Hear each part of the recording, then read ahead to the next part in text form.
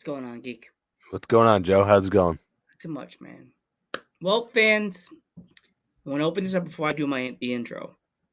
This will be the last 17 episodes of our podcast. We're going to be doing our solo adventures very soon. So this is the first of the last 17 episodes on the internationally known Dudes Are Ringside Wait podcast. a minute. What? You don't even let me say what I had to say. We did the intro. I said we're going to continue to support each other.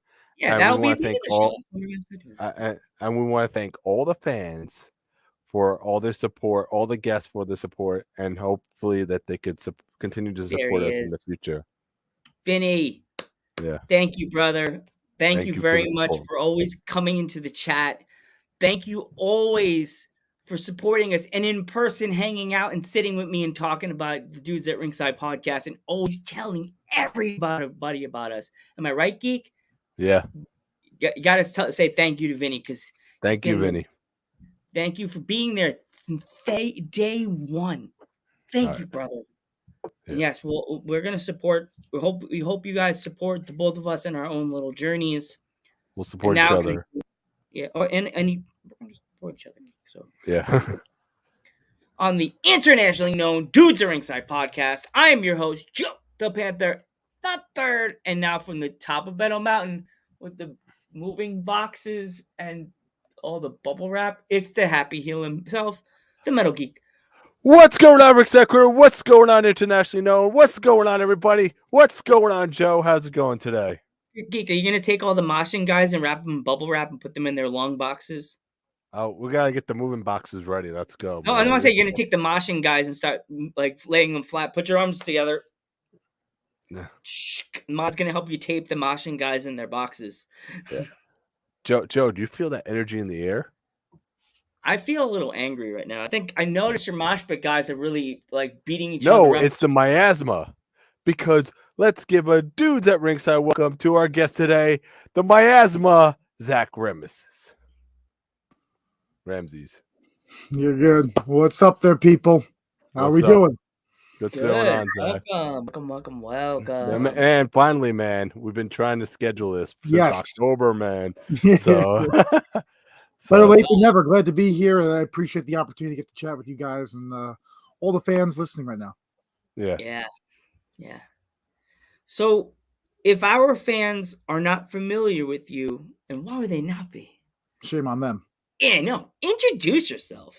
So, I am, as previously stated, the miasma or the miasma, however you want to pronounce it. It's a Greek term, so figure out your pronunciation. But I am Zakk Ramses.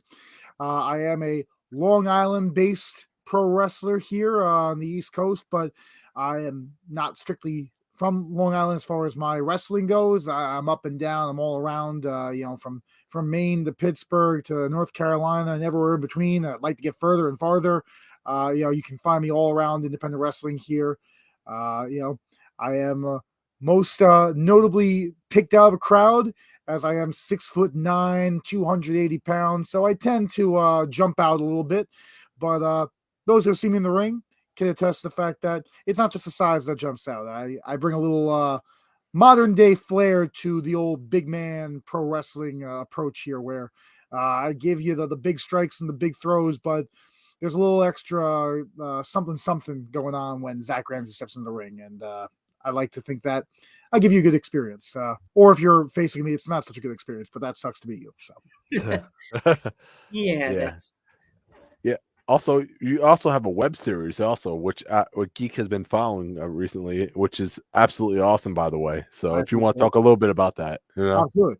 So as alluded to, the character of the miasma is a multifaceted creation that I have invested a lot of time and thought and effort into, and I figured there's certain stories that I'd like to tell about Zakk Ramses that I can only do so much in the ring, and so One of my great passions is film, and so I figure let's combine these two great endeavors of mine together, and let's make something special, something cool, and something that fans I think can really sink their teeth into in a different way than they have on the independent wrestling scene. And that is where Miasma the series came from. And so it's a 5-episode YouTube miniseries that will be wrapping up tomorrow night at 7 p.m. on YouTube on my personal YouTube channel, the Miasma Citadel, and it chronicles the story of Zakk Ramses, and it's not an origin story like you see in like the Marvel movies. It's more of you're kind of dropped into where Zakk Ramses is right now on his quest in independent pro wrestling, and you kind of see what makes me tick, what makes me make the decisions I do, and the devious choices I make. What's the point of origin? And so it recontextualizes the character you see in the ring, and it makes what I do all the more important, I think. And so it's a fun drama that's got some violence and horror mixed in there, and it's I think it's a very cool, fun experience that, again, there's nothing quite like this on independent wrestling right now. What I always say, the closest comparison I can make is Matt Hardy's Broken Universe when he was in WWE and Impact, where he created all the stories in the Hardy compound and brought in King Maxwell and Senor Benjamin and all that kind of stuff. But he leaned into comedy, and it was a little more still wrestling based. That's the closest comparison I can make, but it's not really accurate even so. The best way for you to figure it out is to check it out yourself. And it's very easily accessible. Just type me in on YouTube and you'll find me. So it's been a fun time. People have been digging it. So if you haven't watched it, jump in now. It's not too late. And it's streaming forever because the internet is forever. So go ahead and check it out. I'm actually on episode 3 right now. So that those shots of you just watching that promoter man from the in the back to the car in the corner in the woods, that stuff was absolutely great cinematography right there. And my Michael Myers inspirations definitely took place in that episode for sure. Yeah. But yeah, it's I appreciate you checking it out. Yeah. So for example, what is exactly the miasma exactly? Is it like a superpower, or because like what Geek is getting at, it's like kind of like a superpower that you have, and you're going after these promoters and stuff like that. So the definition I've created for myself of what the miasma is that it's a dark, overwhelming force that the more you fight against it, the worse it gets. And, it spreads and consumes everything. And if you find yourself in the miasma, you're in trouble. And so, the term, as I referenced earlier, it's of Greek origin. And, it's been used throughout history in a number of different ways. The origin point for me specifically was the Black Plague was a miasma. And so, again, just as my description entailed, this thing took over Europe and decimated the population, and people that got it and tried, revolutionary different techniques to heal themselves, it was going to happen anyway. You couldn't stop it. And so Zakk Ramses personifies that aura and that feeling. And within the realm of Miasma the series, you come to see that it's a title that I have been bestowed within this order known as the Grim Guild. And it's a basically a cult that I'm a leader in, that they function with the goal of paying tribute and honor to the Greek god of Erebus, who is a god of darkness. And if that all sounds crazy, you're right, it is. And it's going to make a lot more sense if you watch the show. But to that point, it's the miasma itself, it can be this fleshed out lore that I've created, or as simple as I'm a big dude that you're going to try to fight against, and you're going to get annihilated because you can't stop me. I'm big, I'm bad, I'm evil. And, the only way it ends is you laying down and getting pinned or tapping out. That's how it is. It's a warning more than anything. Yeah. warning. Exactly. Rewards. Yeah. Joe. So who trained you? We got to that question. Yeah. So, as I said, I'm a Long Island-based wrestler here, so fortunately we have several good schools within the area. I ended up at the New York Wrestling Connection training facility, NYWC, out in Deer Park, New York. And when I enlisted at the school in 2019, the trainers at that time were Bull James, formerly Bull Dempsey of NXT fame, along with Rex Lawless and Michael Nostretta, both names that are well known on the independent scene, especially in the Northeast area here. And each one of those guys helped me a lot. They brought different elements of teaching that helped shape me into the performer I am today. And I thank all of them endlessly. Especially Bull and Rex, as far as teaching me the big man style of wrestling. Bull not as tall, but a big, thick dude, and then you got Rex who's on the taller side. They both kind of introduced different elements of that work for me, and then Michael, as far as the details and time spent in the ring training, he spent the most in there with me, repping things and going over the ins and outs of wrestling in general as far as work goes and presentation. And so all three of them helped lay the foundation of what would be Zakk Ramses. Mm-hmm. All right. So what would you say like the best advice you received from all three of these trainers are? To protect my size, which may sound odd without understanding the dynamic of presentation in wrestling, but being a big person in the ring is a commodity, which not that I'm saying anything that's shocking. You go back in time, any length of time in this business, the big men were people who were promoted because they were special, they were different. Whether that's again a big dude like Haystacks Calhoun back in the '60s, or someone like Andre, who again height wise, or anyone that was a combination of the two. The Bam Bams and the Bruiser Brodies. The list goes on and on. Mike Awesome, modern day Lance Archer, Gunther, whatever it may be. The big guys stand out. The way that specialness is maintained is you present yourself as big, because there's a lot of people, especially in the modern day, that even though they physically are large, they perform in the ring as though they are everyone else, because they want to do the cool moves or the flashy things, or because they are athletically or physically able, which I understand at a certain level. However, in doing some of these more impressive or less big man style moves, you take away from what you have, because now you're bumping more, you're no longer separate. You're like, oh, he's like those other guys, he's just bigger, as opposed to, hey, he's different. And so to bring it back to your initial question, Bull and Rex specifically were like, listen, you need to, at every opportunity, show when you step in that ring and when you start wrestling that there's no one else on the card that's quite like this guy here. And so I've kept that mentality, and it's paid often on multiple fronts for me, where I try to be an attraction that no matter how much you train or work out or believe, you're not my size. You're not Zakk Ramses. That's something that only I have. It's God's gift to me. And so I better hold on to that thing and stretch it for all it's worth. And so they really pushed that idea for me. And it's definitely great advice that a lot of big men I should have heard earlier and unfortunately don't. But I was lucky enough to. Yeah, it's kind of like what we were talking about earlier. That no, it's not a knock on anybody, any of the other wrestlers, but you're kind of like the wrestler that WWE is looking for, because you're like almost the 7 foot tall giant that Triple H wants. Yeah, of course. So it's sort of sad because there's wrestlers. And this is not a knock on any of the other wrestlers. I'm saying that next time he's at an indie show and there's a really tall wrestler that he doesn't know, he's just gonna like jackknife his ass right through their match merch table. Oh, you're Metal Geek. Hurry, you said it about me. What? Jackknife.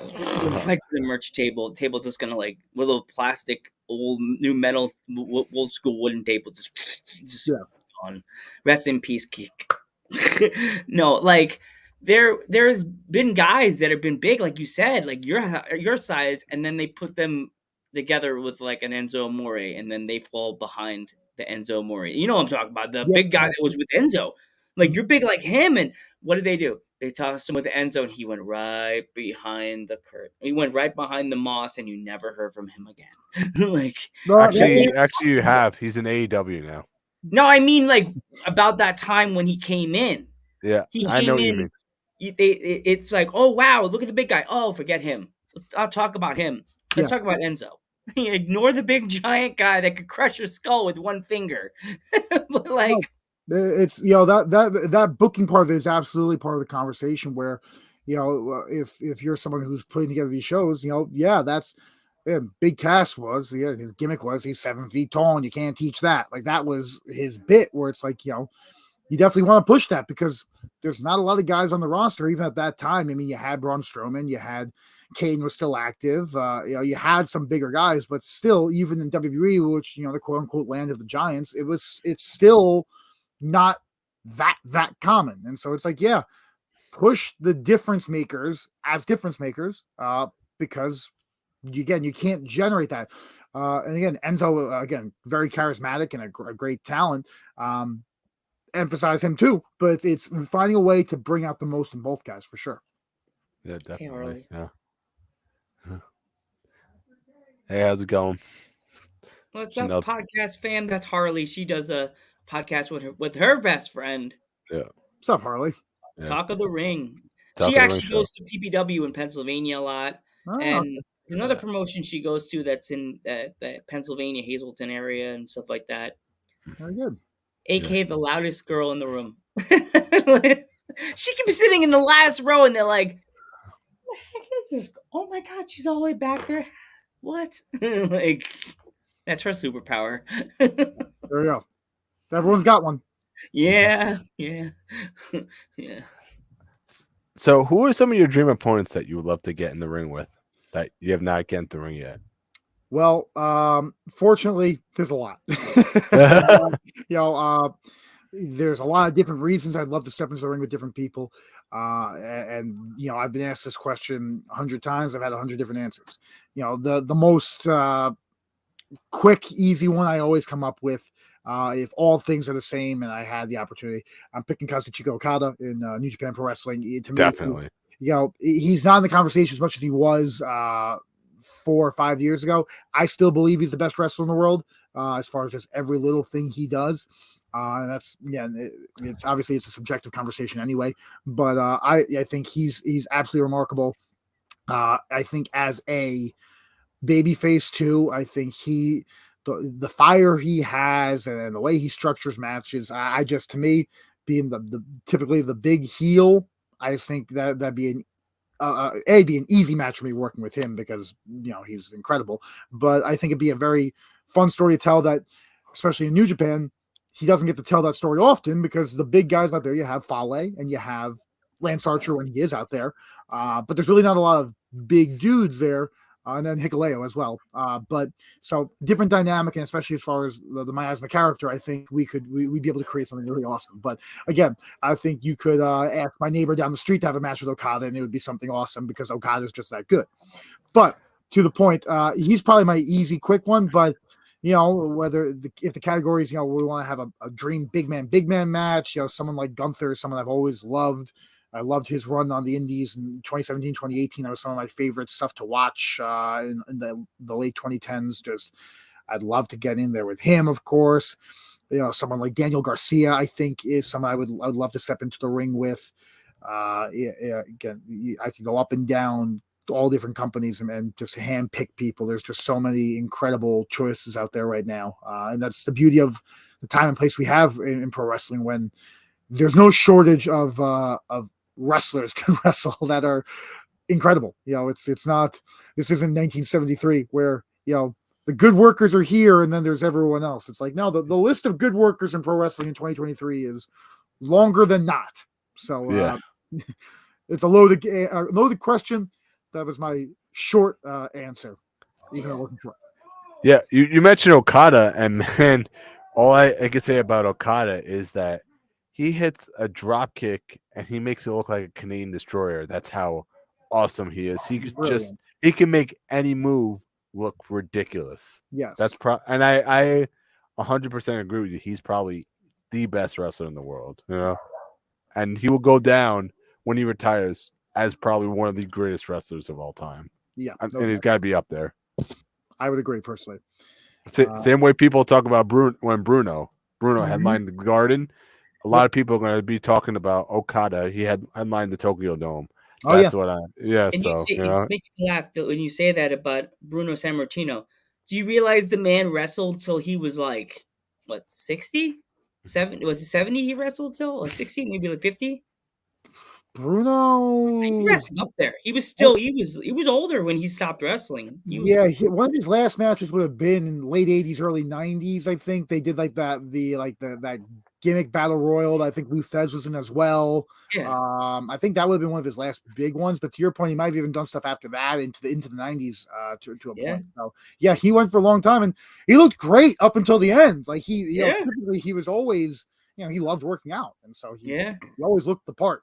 I, It was I incredible. had a cousin that I found out during the pandemic. Other than my grandfather was a wrestler. Pete Sanchez is my cousin, and I was like, Pete Sanchez probably didn't wrestle anybody. I looked his name up. My jaw dropped to the ground like met the mask. He wrestled pretty much all the top golden era wrestlers. Everybody from Piper to Tito to Boss Man. I was like, my cousin was a jobber, but he wrestles every one of them. Like, I was like, what? Yeah. Jake, DiBiase. I was like, He had a good run. he had a good run. He was a jobber, but he wrestles every one of them. If there was a jobber Hall of Fame in WWE, Pete Sanchez would be in it. That's awesome. That's so cool. Yeah. Just the opportunity So- to share the ring with those guys and pick their minds. I mean, Yeah. it doesn't. Whether if you're losing, who cares? That's awesome. Yeah. So to get back to the Miasma series, Mhm. what was been your inspiration for the series, and how'd you come up with the ideas? So the ideas originated on the road, where as I said, I do a lot of traveling. I don't like to stay still too often. From Long Island specifically. For those who are familiar with the area, you are guaranteed to be on a long trip the second you try to leave Long Island, because leaving New York City and the metropolitan area is miserable. And so anywhere I go is going to take a long time. So with that, I have a lot of time to myself in my head thinking. And so the way to get ahead in wrestling is to stand out, of course. I'm not telling anyone anything they don't know, nothing new. But you have to think outside the box, because you can stand out by doing things other people are doing, sure. But to really separate yourself, you got to try to do something that no one else is doing. And so in the process of that, again, character is very important to me. If the fact that I have a series about my character didn't make that obvious enough, it's something that I think a lot of people I don't think put enough emphasis on. We spoke about the strength of in-ring performance nowadays. There's a lot of great workers out there. The amount of great characters is a shorter list, I think, and that's not even a knock on anyone necessarily. It's just it's my personal observation. I don't think that I don't think people focus on it as finely as they do their in-ring work. I think both deserve equal amount of time and effort. And so with that, in my travels, I think I'm like, all right, what can I do to maximize the miasma character and to do something cool? And so I started thinking about, again, my cinematic influences and whatnot. I'm like, all right, well, what angle do you take with that? Because again, you don't want to do something that's been done. Being the Elite, great show, a comedy kind of behind the scenes story like that, been done, and you're not going to do it better than they did. So it's like, okay, not going to do that. It's like, well, video logs, well, guys like Sammy Guevara and the like, they've done that. You're not going to do that. Okay, what are you going to do? And so I pretty much settled on this idea of just a long form drama.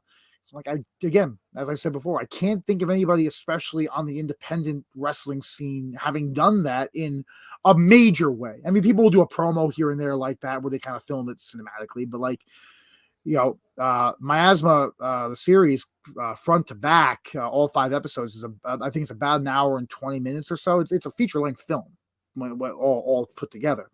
I can't think of anyone doing that. And again, even on the higher stages, I can't think of anyone really doing it in that way. Again, I brought up Hardy before, or like, again, Bray Wyatt's a person that has done lots of character work in that capacity, but again, different.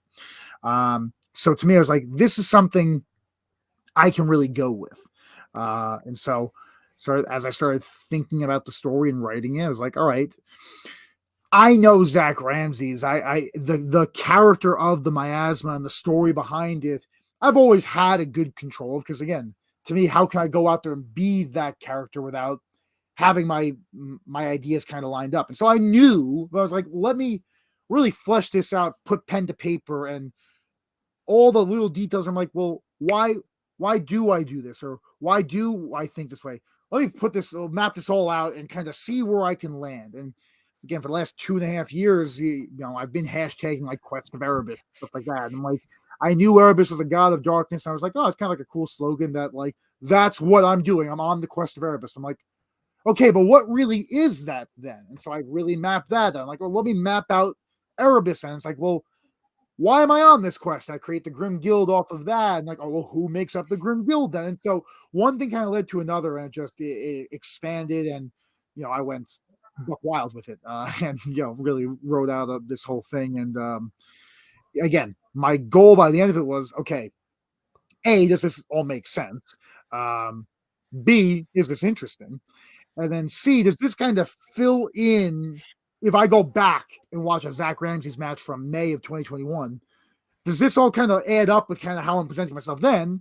And as I go forward now, can I further emphasize what I was doing off of it? And so when I checked all those off, and, I started bringing in the proper cast and crew, and, we went hard and assembling a great group of men and women to work on this project. And we really kind of put everything together. I was like, all right, we can do this now. We can do this the right way. And a couple months later, here we are putting it out there. Yeah. So it's been a journey, but but again, to me, character is, as far as my favorite wrestlers growing up, that's what sold me. When I was a kid, I mean, well, looking back, I know what matches were great, but when I was in 5th grade, did I really know what was a great work rate match or not? No, but I knew that The Undertaker blew my mind. I knew that I hated Edge. I knew all these character things. That's what resonated with me. Did I recognize that, The Undertaker and Mark Henry at Unforgiven 2007 wasn't really that great of a match? No, but I knew I loved The Undertaker, and I hated Mark Henry because he took him out, because The Undertaker's character in this dark persona, I loved it. That I knew. And so to me, that's where I'm sticking. Yeah, it's kind of like me and Joe when we try to do our research for podcasts. I'm like, okay, what are we going to talk about? Because we do our research on podcasts on wrestlers, and then, like, it's just 2 matches. There's no story. Yeah, you know what I mean. And it's not a knock on wrestlers. This is like, but we look at like your stuff, like the web series, and like, okay, now all this makes sense, because the story that you're trying to tell is leading into the matches, which I actually like. And it's like, it's like not just a promo say, I'm going to beat you up. Yeah, that's the end of it. It's that's like you're trying to tell a story through your web series, and I really appreciate that. And that's something I could get behind. And I thank you. And kind of to that point, again, I'd be lying if I said I wasn't on here to put myself over, so I'll continue to do so. But if you go on my social media and you follow me week to week, there's never a week I have a match where I don't post a promo. Because to me, it's like, to your point, why am I wrestling this match? Why is Zakk Ramses traveling to New Hampshire? Why is Zakk Ramses traveling to West Virginia? What's out there that is appealing to this character? So if I don't tell you, how could you possibly care? And so to me, it's like, yeah, I will always cut a promo. And again, sometimes I don't have a lot to go off of, and I could just do I'm gonna beat you because I'm the man. And sometimes that's all you got. And okay, but it's like, okay, well, what can I do that maybe I'm not speaking as much to the match if I don't have as much to go off, if I don't know the guy, or maybe the promoter hasn't even announced my match, or it hasn't picked an opponent for me yet. Well, how can I emphasize my character to even so make this interesting? Because otherwise it's a match. And you know how many matches there are every weekend in America on independent wrestling? I mean, there's 8 jillion matches. Why are you going to come and watch my match? What is it about Zakk Ramses? It's like, all right, you know what? I want to see what he's going to do. Oh, what did he said that? I got to follow. Like, that's my job. And if I don't try to create an aura that's compelling enough for you to come check it out, then I'll go watch anyone else. Or far more easily, I'll just go on YouTube or go on Peacock or go on New Japan World or whatever and watch the top of the top. because that I know their stories and I know their characters. Don't make it easy for people. Make people, you know what? I'm going to inconvenience myself and drive 45 minutes or an hour to go see you wrestle because you gave me something. To me, that's my job. That's what I'm supposed to do. Yeah. Totally. Yeah. Totally. You're right. Yeah. And like, it's funny because that we've seen, because we talk to wrestlers in England, and it's like sometimes we see the really good promo skills from what the stuff they send us usually. Yeah. Or like when on YouTube and I'm trying to look for a wrestler, and I'll see their match, but when they do the promo, it's just like, Yeah.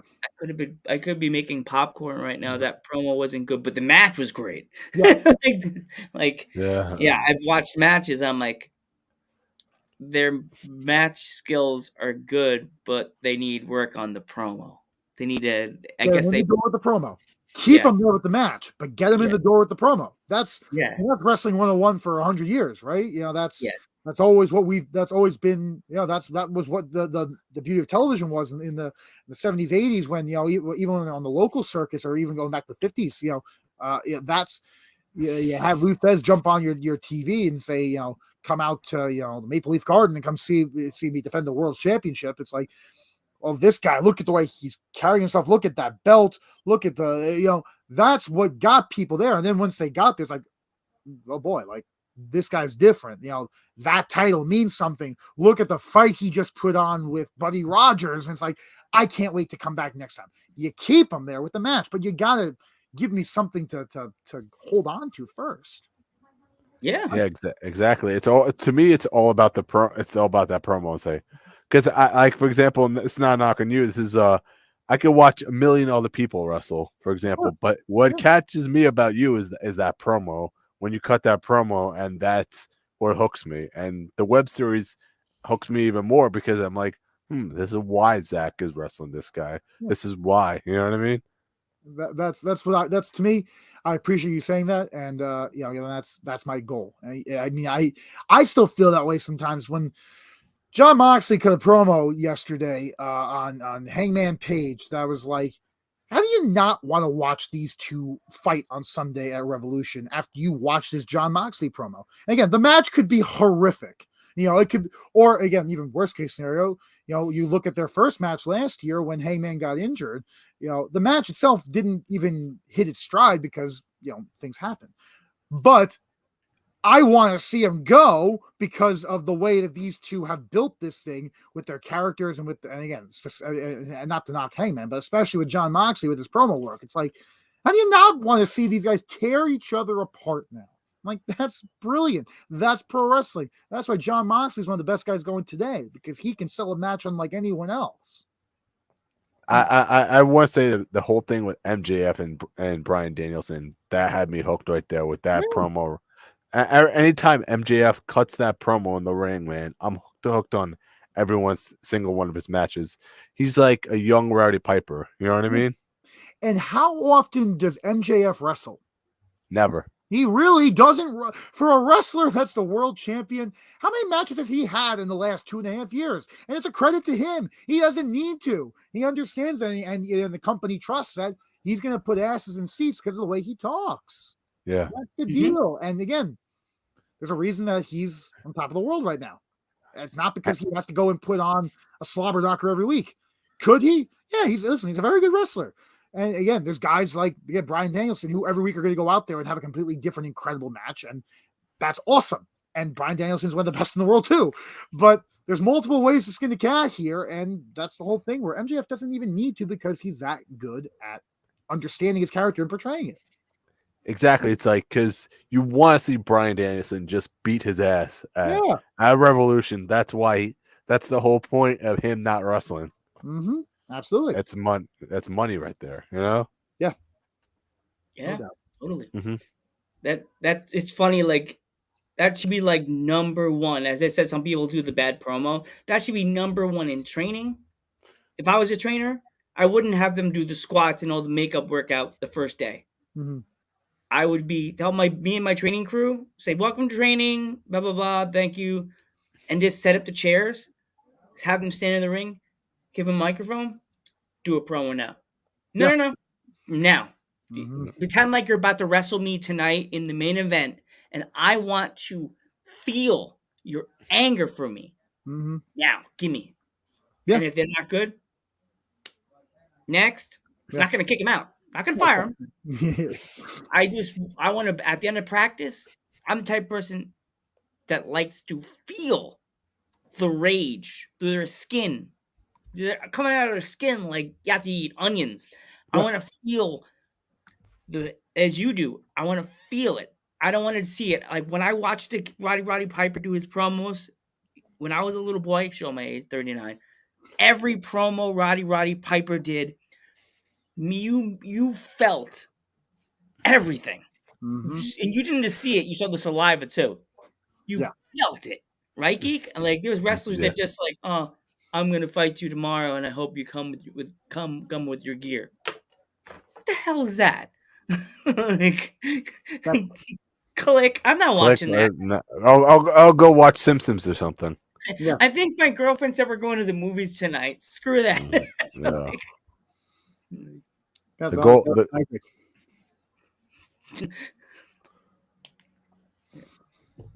that's me. The goal is to sell, like to sell the match, and Yep. and you sell yourself basically. That's why I need to be a promoter or a trainer. I'll be like, first day, catch. We're not doing squats. We're not doing workouts. Line the chairs, get in the rings. Give me a promo. Yeah, we could use more of that all around. That's to me, that's what's important. And again, you look on television, the big money makers in any major promotion, that's what they have to do.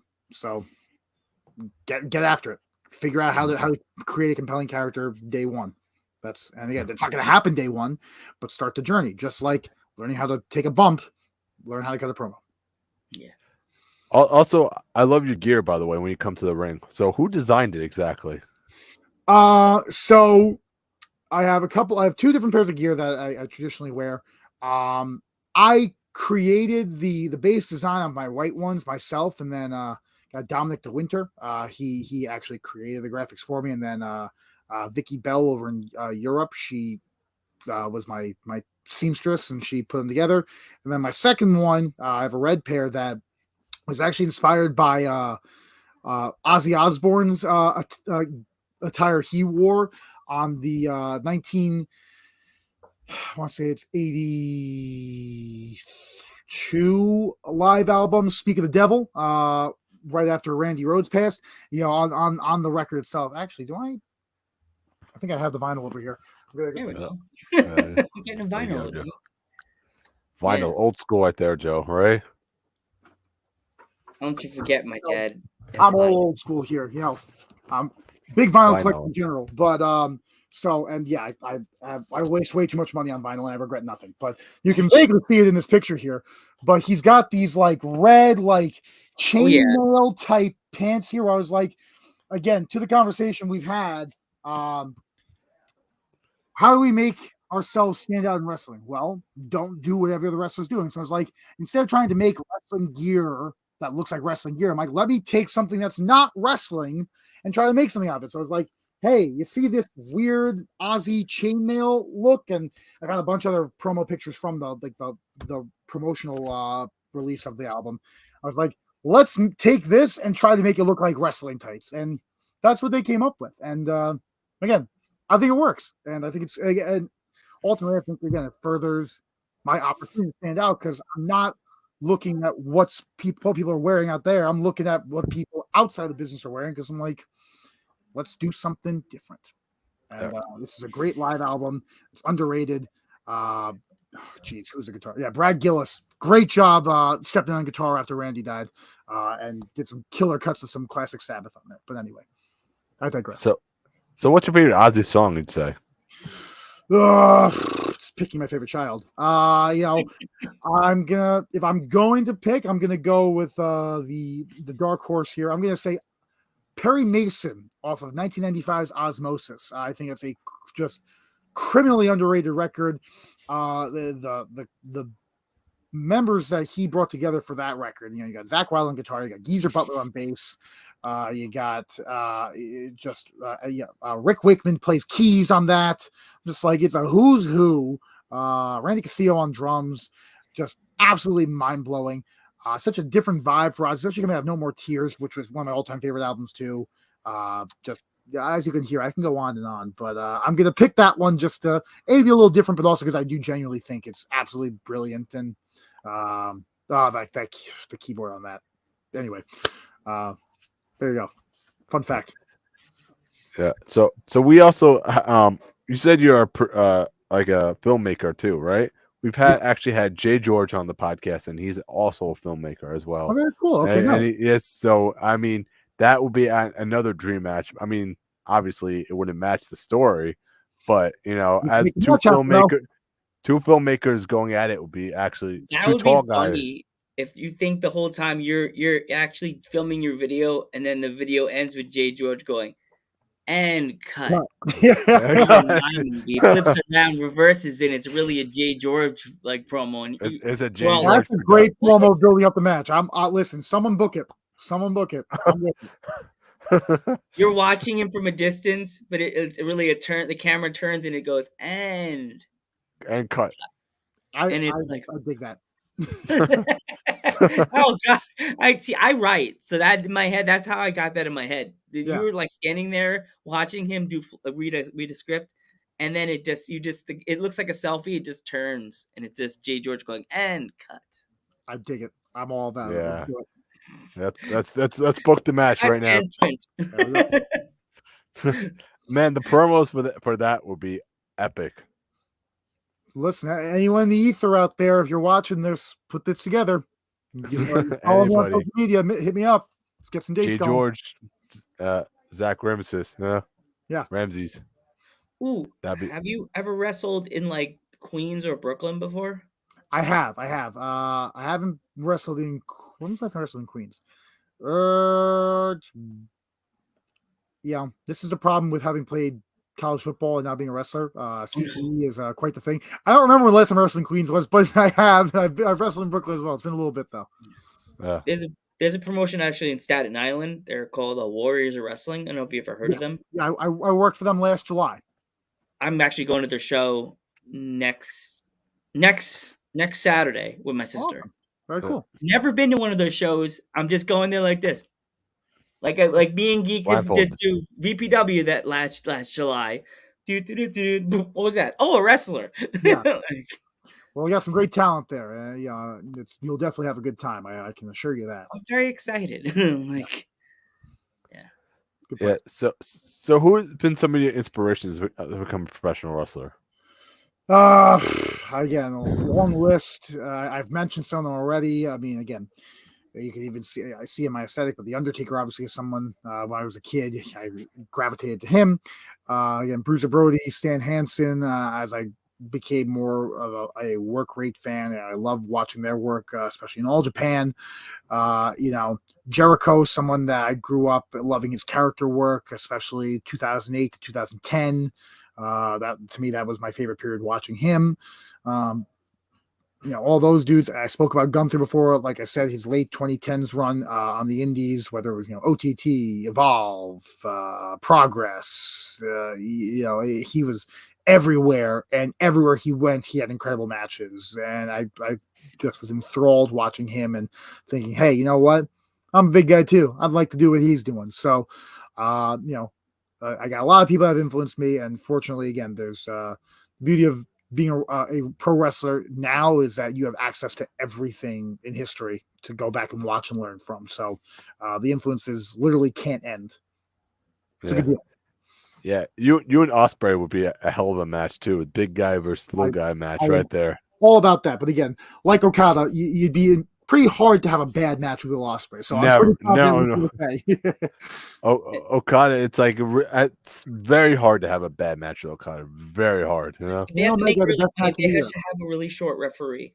Yeah. Listen, I love that dynamic because especially as a heel, I'm just kind of like flick him. It's like easy heat. Yeah, go get out of here. Yeah, I know he's retired and everything, but who would you have as the referee? Tiger, or would you have Red Shoes as the referee? So this is probably an unpopular opinion, but I'm definitely going with Tiger because I enjoy Red Shoes a lot, but there's times where I'm like, you're taking too much of the spotlight here. To me, as a ref, it's walking that line between officiating and being a character, but ultimately the story is the guys who are in the match. And so there's times I'm like, he's just a little too much in it. So I'm going with Tiger.